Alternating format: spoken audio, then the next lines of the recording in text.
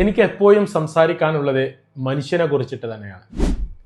മനുഷ്യനെ നമുക്ക് എപ്പോഴും, മനുഷ്യനെ എന്ന് പറയുമ്പോൾ ഞാനും നിങ്ങളും, നമുക്കെപ്പോഴും ഉള്ള ഒരു പ്രത്യേകത എന്താണെന്ന് ചോദിച്ചു കഴിഞ്ഞാൽ, നമ്മളുടെ പൂർവികർ ചെയ്ത പോലെ, നമ്മളുടെ ഗുഹാവാസികൾ ചെയ്തതുപോലെ അന്ന് അവർ ചെയ്തിരുന്നത് എന്താണ്?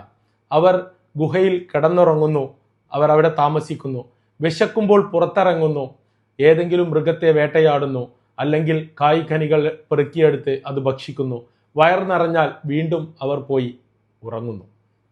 ഇതായിരുന്നു ചെയ്യുന്നത്. ഇതുപോലെയാണ് നമ്മൾ ഇപ്പോഴും പല ആളുകളും. നമുക്ക് അപ്പോൾ താൽക്കാലികമായിട്ട് നമ്മളുടെ പ്രശ്നങ്ങൾ പരിഹരിച്ചാൽ മാത്രം മതി. അത് സ്ഥിരമായി എൻ്റെ ജീവിതത്തിൽ മുഴുവനായി എന്നിൽ നിന്ന് മാറണമെന്നോ, എനിക്ക് തൻ്റെ ദൈവം തന്ന കഴിവുകൾ ഉപയോഗിച്ചുകൊണ്ട് മികച്ചതായി മാറണമെന്നോ പല ആളുകൾക്കും, അല്ലെങ്കിൽ ഭൂരിപക്ഷം ആളുകൾക്കും ഉദ്ദേശ ലക്ഷ്യങ്ങളൊന്നുമില്ല.